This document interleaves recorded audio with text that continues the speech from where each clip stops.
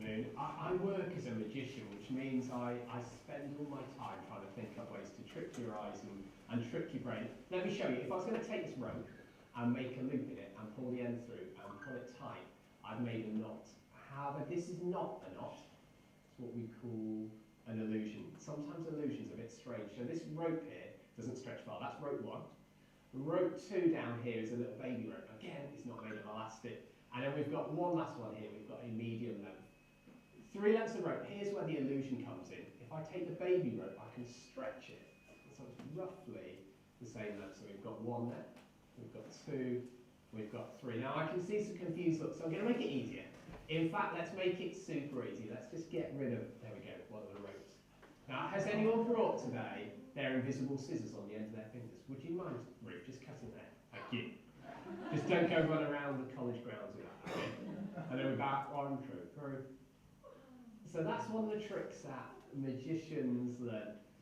And at that point, I carry on doing my talk in a school. I use that rope trick as the beginnings to a lot of what I do. And I thought what to do is I'll start off unpacking why I have chosen to do that rope trick. Let me give you a bit of a background. So I was in science research, doing atomic physics research up in Durham. I left there 2006. I did a brief little flurry in performing arts. I did a gap year where I learned that I can't sing, dance or act, which is not great, the 3 basics of performing arts, but what I loved doing was working in schools. And then I went to work for a science museum in Birmingham, think tank some of you might be familiar with, and did that for a few years. Then wanted to put magic, which has been a hobby since I was a kid, into what I do. So I left think tank. I'm now a freelancer or a mercenary for hire. I go around schools doing science, maths talks, and about a fifth of my time incorporate my faith into what I'm doing. So I do some stuff with churches. I've done stuff with Faraday, with Laser, which is a project down. It was in Reading, now it's in Canterbury, and also God and the Big Bang, which came out of the Manchester Diocese, which some of you've worked for as well. So working in schools, schools can be a wonderful audience, but they can also be a really tough audience. And it really varies which school you go to. There's no set school. Primary schools, the younger schools, often, you notice it, the kids fill up from the front if they're given the choice. They want to be there, they want to learn. Secondary schools, they fill up from the back very slowly. They don't want to be engaged. So it's my job as a presenter, who might be in front of them for an hour, to grab their attention really quickly. Now, I have got the advantage of being a magician, which does help. But this session is all about using demonstrations, and demonstrations are a lovely way to grab attention, create some curiosity, and just add a little extra element than just hearing your voice all the time. So I start with a rope trick, because, well, let's unpack it. So there's a lot going on with this rope trick. So I'm going to just put it back to how it was.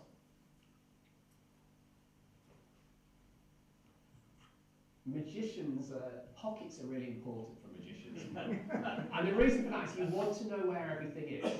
So when your hand goes down there, you know you're going to pick it up there. And when you finish, you need to know where to put it when it's gone, which is just a useful skill if you're doing demonstrations. You need to know where your props are, where to pick them up, how to pick them up, and where to put them when you're finished as well. So magicians spend far too long talking about things like pockets and tables and things. So I come up sort of afternoon, I'm a magician, and then within 20 seconds I've done this, pulled a knot off. And at that point everyone leans forward a bit, their eyes are a bit wider, and then I continue to do a few more things. By the end of 40 seconds, most people in the audience have suddenly thought, this person's worth listening to.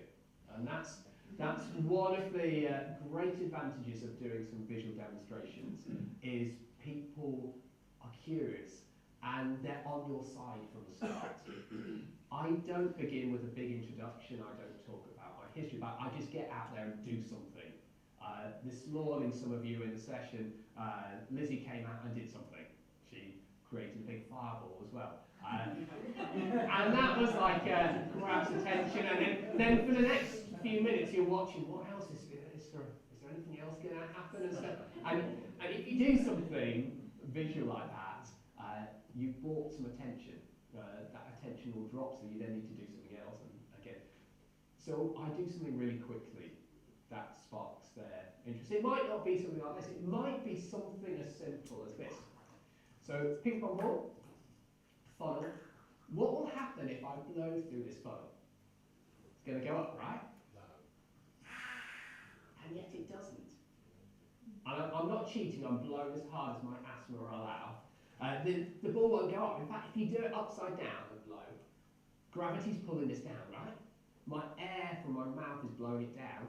Two forces want it to go down, and yet it goes up. Who's a little bit surprised by that? Yeah, a few of you. And now you're hooked, and now you're curious, and you want to know sort of why, or maybe you're not trusting that I'm not cheating and stuff. So again, it might not be magic, but it's something else that's sparked an interest. So start quickly. Give them something. Give them a reason to listen to you. That's almost my first tip there. Second tip is, and the reason I do this rope trick is, often when I'm in younger audiences, I go, okay, I've got this long rope this side. Oh, could you help me? Could you just pull at the rope? Just check it doesn't stretch. It's not going anywhere. You can let go. Thank you very much. And we've also got a little baby rope. Could you pull on that? Thank you. And it's not stretching, is it? And we've got one more here. Would you mind just checking that? And it's not going, is it? Now, that's maybe a little bit of procedure, just like pulling the rope. What that is doing is, first of all, is breaking this, what theatre professionals call a fourth wall. It's not me on stage and it's not you. I've broken it by physically walking and interacting with you. And also, and this is the important thing, later on I'll be using volunteers. So by going up to someone and saying, could you pull on the rope? I'm looking to see how Lucas is reacting. Now, if Lucas just isn't interested, his arms folded, I will think, I'll ignore this man because he's not very interested in what I'm doing. He's going to be embarrassed going on stage. He doesn't want to be there. I don't want him on stage. So I'm looking for that. But on the opposite spectrum, if Lucas is like, not listening to me, I think he's an idiot, he's not getting on my stage. And so I'm using this as a mini test. Usually the people I get to do this mini test with, always the people making good eye contact. Usually sort of nice open body language, a smile on their face. If I see this, and I test them and think actually they're going well with this, or Ruth gets into it and cuts the rope with the invisible scissors, I think, yeah, I could possibly use them later. So that's one way, just testing my volunteers out. I also, early on, it's like, okay, so who's surprised by that? Give me a little wave or something like that. I'm doing that. And then later on, and maybe if you're in this evening, I might do some mind games. I'll get everyone calling out an answer at the same time. What I'm doing there is getting people used to becoming volunteers. Because it's dead easy as a crowd to just go like this and wave, because everyone's doing that pretty much. And it's dead easy for everyone just to say one word all at the same time, because there's no social pressure, is there? Because later on I'll be asking people to give me an answer on their own. And because they've already got used to interacting and using their voice, they'll be more comfortable. And then later on when I get them out to them, help me here, they'll be more comfortable as well, because they've seen that they've already been involved in things. In a primary school, you ask for a volunteer. Everyone wants to volunteer. Top tip, if you see someone like that, ignore them. They're not going to be good. You want a nice, sensible, and usually I condition them. I sort of like say something like, okay, I need volunteers. Okay, lots of volunteers. Here's how I pick them. People sitting nice and sensibly, big smiles on their faces. You're going to see people go like, I ignore them. I tell them that. But that's setting the ground rules. It's saying, look, I'm in charge of your behaviour here, and there's certain ways of responding. Secondary schools, who wants to volunteer? It's awkward, isn't it? It's wasting time. I feel embarrassed, teachers feel embarrassed, and students feel embarrassed. You don't. So do you know what? I'm a bit sneaky with this. Okay, I need a volunteer here. Who's going to volunteer? Oh, you. Let's give this girl here a big round of applause. He comes out and says, do you know? You did, Nick. You did. What's going on here is there's quite, and this is where I feel a tiny bit mean. There's quite a lot of social pressure at this point to come out, isn't there? You nearly did. I said, I need a volunteer. Who's going to volunteer? Oh, you will. Thank you very much. Everyone else is thinking Abigail's volunteered. She's going, I didn't like that. But at that point, it's like, oh no, what do I do? And she comes out. So another one, if you get, who's going to volunteer? You usually get someone pointing at their mate. And I said, oh, you've just volunteered your friend, haven't you? That means you volunteered yourself. And just turn it into a bit of a game. Or another one, I just need someone, could you just check that rope? Just check that doesn't stretch. And then I'll carry on for a bit. And I need a volunteer. Has anyone got any rope like this? Oh, yeah. Could you just bring it up to me, please? And while you're up, why don't you stay here? And so there's a few like cheeky tricks to do that. But it's working with audiences who are reluctant to volunteer, and it just helps. But one of the real keys to this is that audience member is your guest on stage. If you embarrass them, if you make them feel stupid, belittle them, if their mates laugh at them, they feel terrible. They will probably remember that for a very long time. And who's going to volunteer again after that point? No one. So you treat your volunteers like kings and queens. You make sure you set them up to succeed. If anything goes wrong, it's my fault. It's not their fault. One of the reasons people are so reluctant to volunteer in magic shows is because magicians traditionally have been terrible at belittling their audiences, and we've now got that sort of curse to live with. So that's just a little bit of volunteers. Any thoughts, questions on that, and just getting people involved, because I'm a big fan of interacting with audiences as well. Yeah? Do you not normally do whole cohorts or just classes, small classes? I do a variation. My typical audience is 150 plus. So I do anything from a small class to 1,000 people or something. My preference is about 150 because I can see everyone and they have a chance to see and hear me. Which leads me nicely onto this next point, Maureen. Can you see what's going on? One of the major reasons people disengage with speakers, particularly who do demonstrations, is they can't see what's going on. Which is why I specifically, in one of the breaks earlier, I got this. And it's sort of like this lectern here, but it means, not so much now, but this evening, when I do demonstrations, the people at the back will be able to see what's happening here. At the moment, if I was doing it on this table, the people in the front row, obviously, second row might be able to see, everyone else is lost. And when you can't see things, you rapidly lose interest. So you need to think about when you're doing practical demonstrations, can everyone see? I will often, like the rope trick's good because it's up here. This is up here. So think about, you almost want things to be going on in this sort of window. If you think about it on TV, that's the frame that the TV camera sort of focuses on, isn't it? When interviews happening, try and get your demonstrations into this. So that's one way of doing it. The other way to do it, and I've only recently started doing this, is this. So I've started taking with me a bit more a webcam. So this is actually a Logitech C920 if anyone's interested. What's nice about this is it's got good HD, but also it's very good under dark lighting conditions, and it's very reliable as well. And it's got a tripod mount, which most webcams don't have. So this is like a really nice, robust webcam that I can use to do demonstrations. The only issue with it doesn't really have zoom. It's a compromise, really.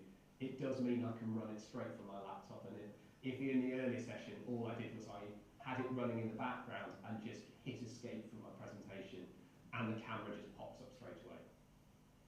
So we've got something down here, right? Let me share with you the very first experiment that I remember as in year 2 at school, which is 7 years old. I think I'm now in year 26, so I've seen it a bit. So you may have seen it before, but that's absolutely fine. And just as a side, watch what I'm doing here, and we'll unpack it afterwards. So the first thing we need is we need this pot. This is a pot that hasn't got a screw lid, it's just got a pop on and off lid. It's a very tight fitting lid. And I'm going to half fill this with water. The next thing we need is we need a fizzy tablet. Now these are the type of fizzy tablets that when they get wet, they bubble, they fizz, they give off gas. And I'm just going to break it into a few small pieces. So that's going to live there. And in a few seconds time, I'm going to drop that into the pot. And it's going to start bubbling, start fizzing. So I'm going to put the lid on tight. And when the lid's on tight, I'm going to turn it upside down, leave it inside this plastic bowl here. And just for this, I'm going to put this tissue over the top. And we'll see what happens. So that's the plan.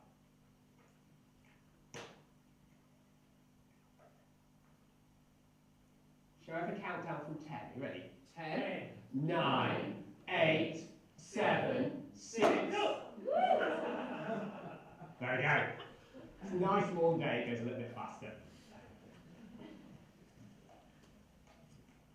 Great.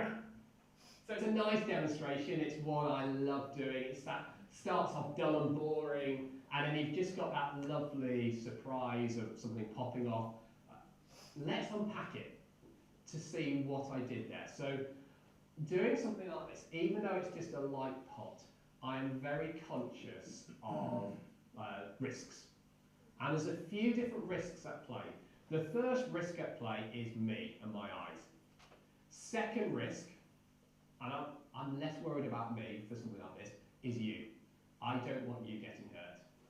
Third risk is the venue. I don't want to damage the venue. And the fourth risk is that you'll go home tonight and you'll try it yourself and you'll kill yourself. And I'll feel bad if you did that. So there's a few things that I'm doing here to control all those risks.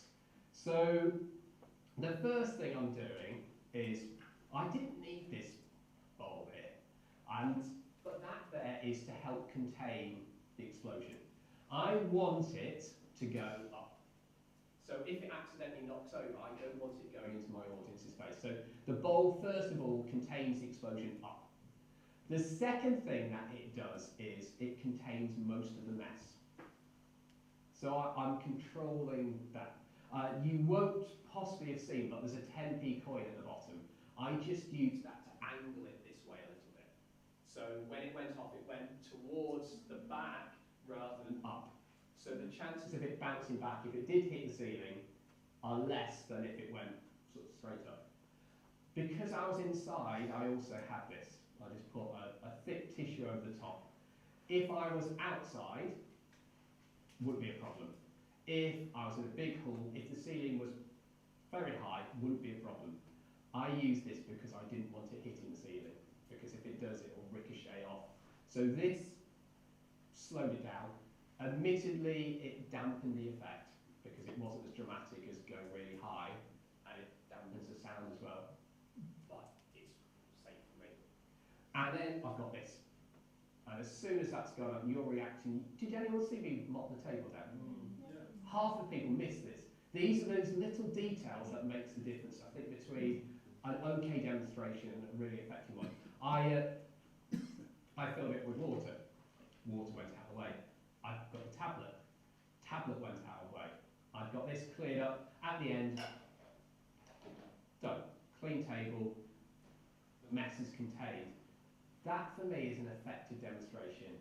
It's safe and it's also contained the mess, and I'm ready to go for the next stage. The other thing, just if you are thinking of doing this, those are those film pots. Some are better than others. I use vitamin C tablets. Often you hear it described Alka-Seltzer rockets, which is just paracetamol. Paracetamols and kids don't touch. Vitamin C tablets, they're unlikely to overdose on, and they're significantly cheaper as well. So do it with vitamin C tablets, and you mitigate that extra risk as well. So I think those are the sort of the key things. I've only shown you a few demos because I know most of us are around tonight, so I'll show you more. But I just wanted to leave a few minutes if anyone's got some specific questions that they might want to ask about doing demonstrations or doing demonstrations, particularly in a school setting. Yeah. Yeah. How well will I know which demonstrations to do? I mean, I don't know any. Okay, so good question. How do you know where to start? So I think my first observation on that is sometimes people see something on TV or something, see a demonstration, but that's amazing. I'm going to do this in my talk. And what you end up doing is you shoehorn something that's amazing into something else. And as a communicator, that's bad. You're basically, you want it to be message driven rather than gimmick driven. So I try and get my demonstrations to support the message, not distract from it.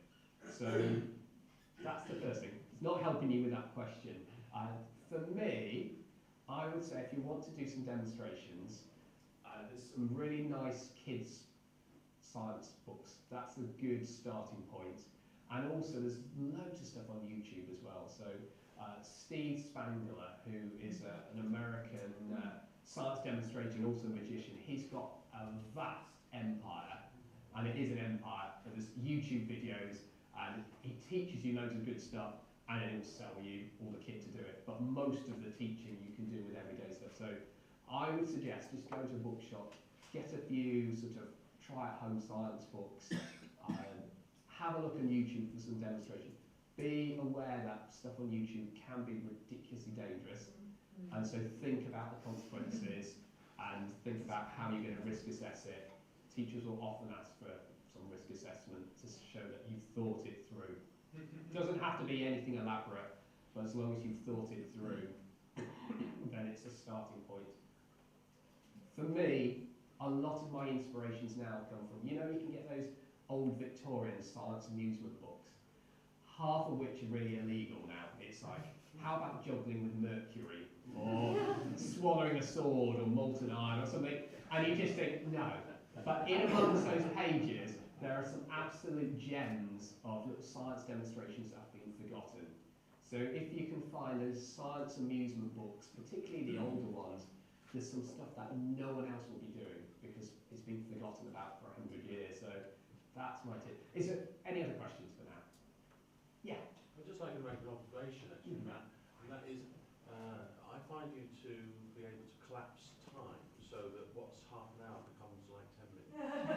Okay. Well, thank you for that. I'll take that as a compliment. I think for that, the reason time seems to collapse is because I try and never make sure I'm talking for more than 5 minutes without something happening. I tend to talk quite fast.